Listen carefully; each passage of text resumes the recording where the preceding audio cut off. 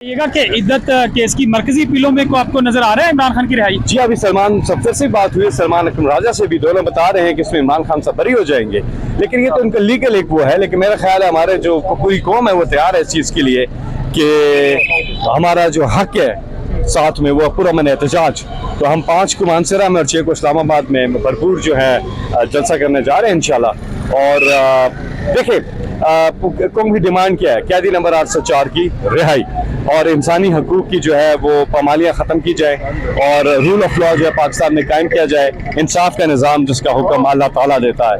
اور اب جو آوازیں اٹھ رہی ہیں پوری دنیا میں، یہ ہمارے لیے ایک نادر موقع ہے، پاکستان کے لیے بہت خوشائن بات ہے کہ UN پر بھی اس پہ بات ہوئی اور وہ سامنے آئی ہے چیز، اور یہ بہت بڑی چیز ہے، اچیومنٹ ہے پاکستان کے لیے۔ ہمیں اپنا قبلہ درست کرنا ہے۔ اسٹیج پر عمران خان کے بغیر مائک سنبھالیں گے اور وہ سارا منظر ہوگا؟ جی ہاں، گزشتہ کچھ جلسوں میں ایسا ہی ہو رہا ہے اور انتظار کریں، اللہ تعالیٰ سے دعا کریں کہ جب میں کہوں پاکستان کی آن ہے آپ، پاکستان کی شان ہے آپ، تو عمران خان جو ہے پوڈیم کی طرف چل کے آ رہے ہوں اور پھر اپنا خطاب شروع کرے، ایاک نعبد و ایاک نستعین۔ آخری بتا دیں کہ اس وقت جو سب سے زیادہ خبریں چل رہی ہیں کہ تحریک انصاف کے 2 دھڑے ہیں جس کو عمران خان نے بھی بلایا ملاقات کے لیے، آپ کیا کہیں گے؟ آپ کا کافی ٹائم گزرا ہے عمران خان صاحب۔ Let the captain take the call.